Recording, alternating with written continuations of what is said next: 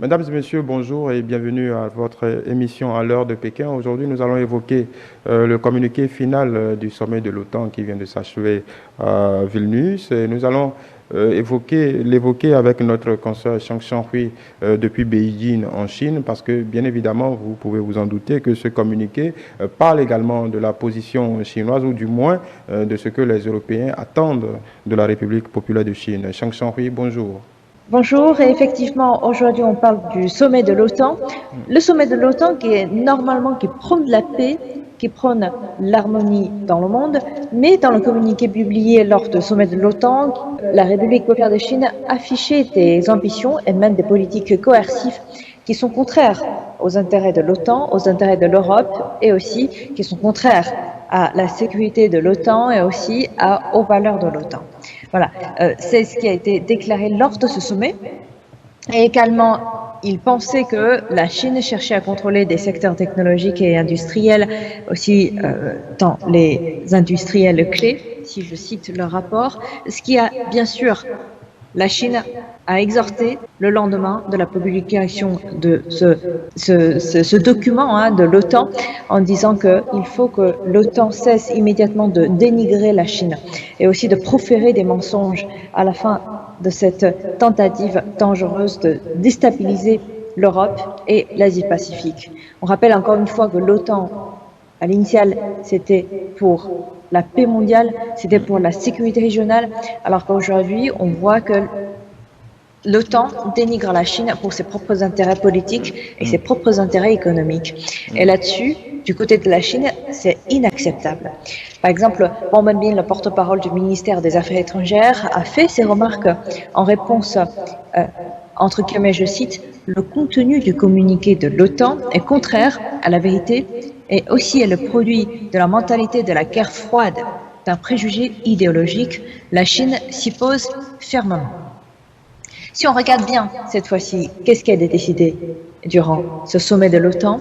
Eh bien, l'OTAN va renforcer ses forces militaires. En effet, on sent qu'aujourd'hui, il y a un certain décalage entre l'Occident et l'Orient. On sent qu'il y a une incompréhension entre l'Europe et la Chine qui devrait être minimisée, qui devrait voire éliminée dans le futur à travers des communications. La Chine possède le meilleur bilan en matière de paix et de sécurité, et donc la Chine n'a jamais envahi des pays, et la Chine, selon le ministère chinois des Affaires étrangères, n'a jamais mené de guerre par procuration, ce qui est contraire à certains pays dans le monde, ce qui est contraire aux intérêts de certains camps, certains clubs d'intérêt dans le monde. Et la Chine n'a jamais menacé d'autres pays d'usage de la force. Donc, la Chine n'a jamais exporté l'idéologie chinoise ou mené des ingérences dans les affaires intérieures des autres pays. Là, aujourd'hui, quand on voit la situation telle qu'elle est dans le monde entier, on voit que ce n'est pas du tout le cas chez certains pays sur le continent américain, chez certains pays sur le continent européen. Alors, dans ce cas-là, comment une telle Chine pourrait-elle poser des défis systémiques à l'OTAN? Voilà, c'est la question qui a été posée par M. Wang Wenbin, qui est le porte-parole du ministère chinois des Affaires étrangères. Et là-dessus, on peut dire qu'il a raison. Alors, pourquoi est-ce que la Chine, qui n'a jamais influencé, surtout la Chine prône cette politique de non-ingérence des affaires des autres pays? Dans ce cas-là, pourquoi peut-on dire que la Chine pose des défis systémiques à l'OTAN? La Chine est aujourd'hui une force en faveur de la paix mondiale, et aussi la Chine est un contributeur du développement mondial, un défenseur de l'ordre international et aussi une source de biens publics.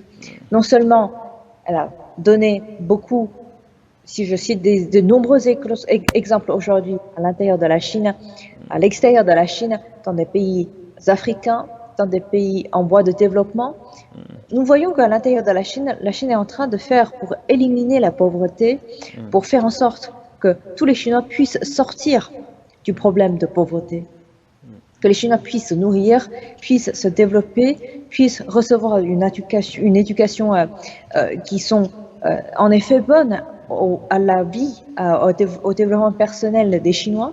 Et bien sûr, en même temps, dans d'autres pays, nous avons constaté que la Chine est en train de mener des différents projets, que ce soit des projets dans l'infrastructure ou des projets dans l'industrie, des projets dans la communication, des projets dans les affaires culturelles, des différents genres de projets dans le but de promouvoir la paix et aussi de faire en sorte que les gens puissent d'abord trouver un travail, puissent avoir de quoi se nourrir. Donc, c'est quelque chose que la Chine est en train de faire, c'est de la promotion de la paix, la promotion du développement. Voilà. Et aussi de faire en sorte que le gâteau qu'on mange, que les gens partagent, puisse être de plus en plus grand dans le futur. Il y a 100 ans, le monde et aussi la structure du monde n'était pas comme celle d'aujourd'hui. Donc là-dessus, nous avons effectivement tout à fait la raison de croire que d'ici 30 ans, d'ici 40 ans, eh ben, le monde dans 30 ans ne sera pas pareil que le monde d'aujourd'hui. Et aussi, donc, mais qu'est-ce qui est important? Qui dit le dernier mot? Qui prend l'autre pays comme des ennemis systémiques? Ça, c'est quelque chose qui pose problème aujourd'hui, effectivement.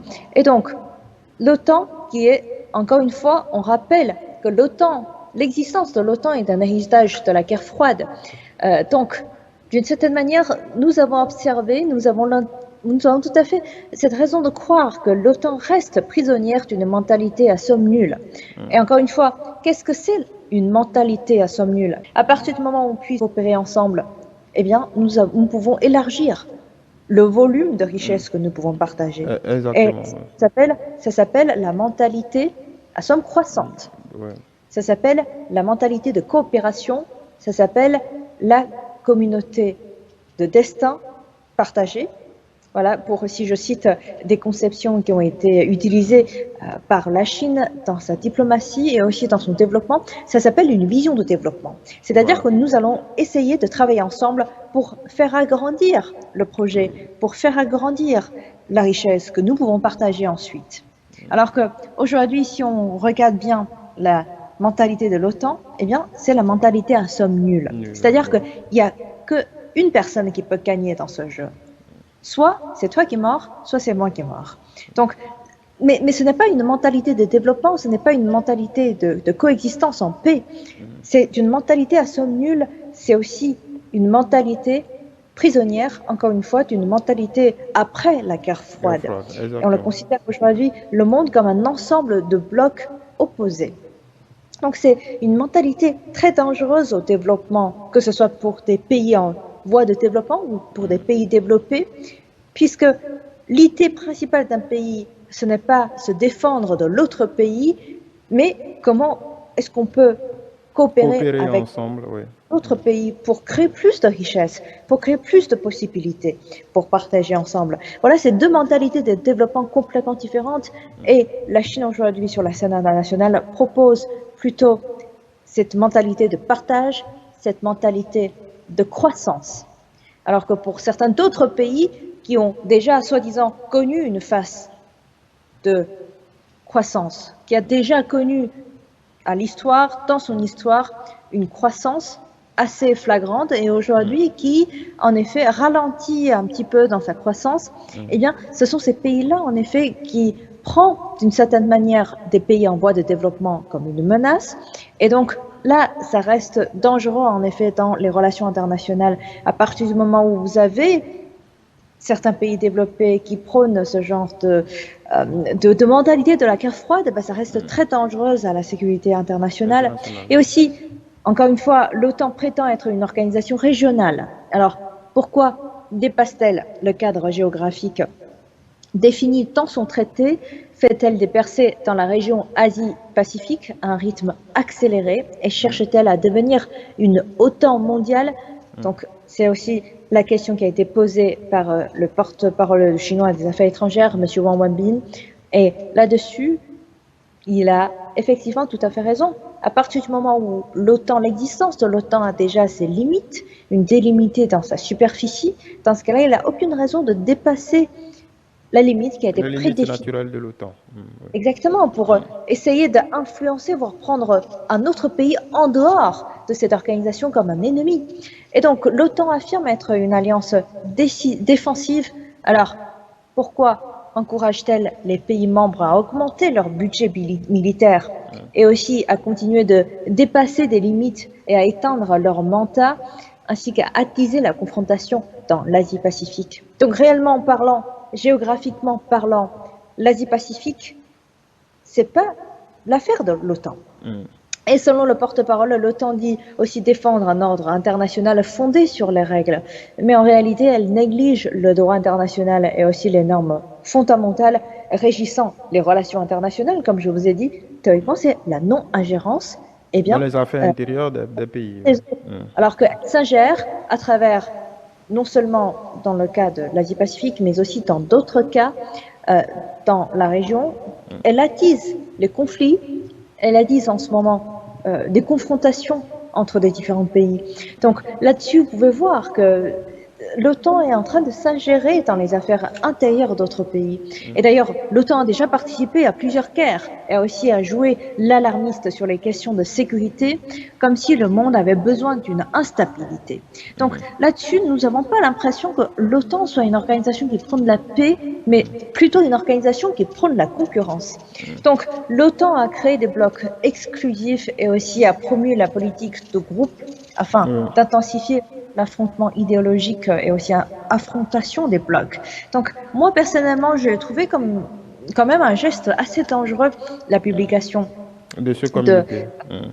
Puisque en fait la percée de l'OTAN dans l'Asie-Pacifique ne ferait qu'attiser les tensions et conduire à une confrontation des blocs.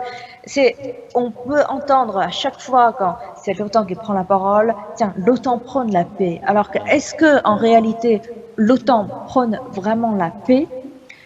Donc, encore une fois, le ministère chinois des Affaires étrangères a dit que le ministère chinois des Affaires étrangères exhorte l'OTAN à cesser immédiatement de dénigrer et de mentir au sujet de la Chine. L'OTAN doit abandonner à la mentalité de la guerre froide et celle du jeu à somme nulle. Donc, c'est très important que ce côté-là puisse être pris en compte. Et d'ailleurs, il faut quand même dire qu'à cette occasion, qu'est-ce qui s'est passé?